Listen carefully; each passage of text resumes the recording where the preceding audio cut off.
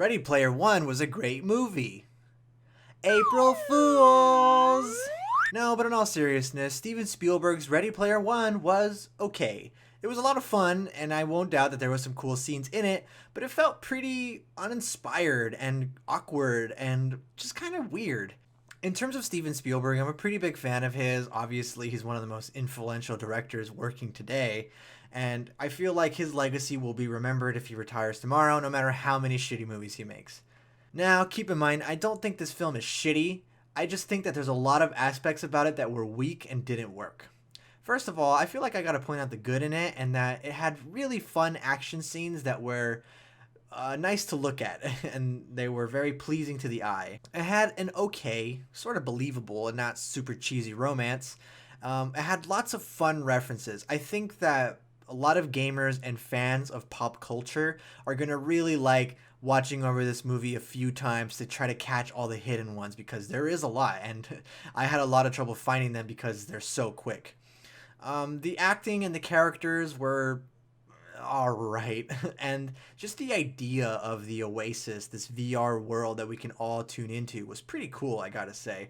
And it definitely made me excited for the future of gaming, seeing as how that's kind of where we're going. Alright, now for the bad. The dialogue was really cheesy. I found myself rolling my eyes a lot about what the characters were saying, and it was very strangely delivered. I wouldn't say it was badly acted, but it just wasn't great. None of the characters were super interesting, and they had pretty weak development. They were just characters with, one or two things about them that were interesting little quirks. There was also some awkward camera movements and editing. Shots stayed on people for like 4 seconds too long, creating this really awkward pause. The pacing after the beginning action scene was pretty slow and poorly paced as well. The soundtrack to me was pretty uninspired aside from the little instrumental nods to other films here and there, but the original score was really boring and just kind of bland. It's every film soundtrack you've ever heard before. The villain, played by a creepy sex pervert, was absolutely worthless. They try to make him like this bounty hunter type badass character, but they played him off as comedic relief, but he was terrible at that too. Overall, just both villains of the film are super weak. The most interesting character of the film to me, which was the creator of the game, didn't really have that much focus. I felt like he should have been in it far more, but I can see that they didn't really want to detract from the main plot. That's all I can really say without giving so much away. Overall, I felt like it was a fun film with some nice visuals, but a sluggish midsection and weak characters and writing. I enjoyed myself while watching this film, but I probably wouldn't watch it again. Now, to further discuss the film, I need to spoil it, so spoiler warning, 3, 2, 1, go. Now, the premise of this film is that the creator of the Oasis put an Easter egg that grants whoever finds it $500 billion and the control of the entire Oasis. It's locked behind 3 keys with challenges to accompany them, and it's been like 5 years since people have tried. And if I can be totally honest, those challenges presented in the film would not have taken 5 years in the real world, especially with how dedicated and obsessive some gamers are. Some of those challenges, like flooring it backwards during the race, would have been figured out in like 3 days at the least. I know that things are definitely changed from the book, but I'm not too sure because I haven't read it myself. Maybe it makes more sense in the context of the book, but here it just didn't really make any sense. It felt like the creators of this film didn't really understand gamer culture because they know how obsessive and, borderline crazy they are about finding secrets in video games. Some of them. When our protagonist's aunt dies in the movie, there isn't a single second of remorse. She's only referenced like one more time in the whole film. I understand she was really fucked up in the book, but this is the film adaptation, and that wasn't really shown well at all.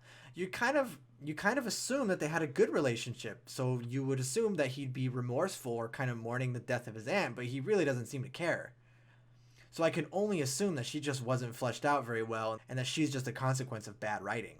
I was very sad to see not any World of Warcraft references. This isn't a minus to the movie or anything, it's just as an avid player myself, I wanted to see something. I mean, it's one of the biggest MMOs of all time, and it's definitely a big part of pop culture. Maybe I missed it, but I was surprised at the Overwatch and StarCraft references, but nothing for Warcraft. Now, my friend mentioned that Wade Owen Wilson was a reference to World of Warcraft because his name spells WoW, but I don't really buy it. I just think that's a coincidence. The Shining scene was fucking awesome. That's all I'm gonna say. It pays an excellent homage to the film while also doing a good job of incorporating it into the plot. It doesn't take away from anything, and it genuinely works really well. I really, really like that scene. The big battle scene near the end of the film really showcases a lot of the film's problems to me. Because, for one, there's supposed to be this giant battle between all these pop culture characters, but the camera and editing is so fast paced and blurry that you don't really see any of them. You see them for half a second, but once you register who they are, they're gone from the scene and you never see them again. And I understand that, they have to show this really large battle and they can't really showcase the smaller fights going in between it, but I would have really loved to see that. The battle scene felt really short to me for being the climax of the film, and aside from one really, really cool scene involving a Gundam and Mechagodzilla, there wasn't really anything to stand out about it. I think that's just about all I gotta say about this movie. Unfortunately, Ready Player One for me is one of those films that the more I think about, the less I like, and the less starts to make sense.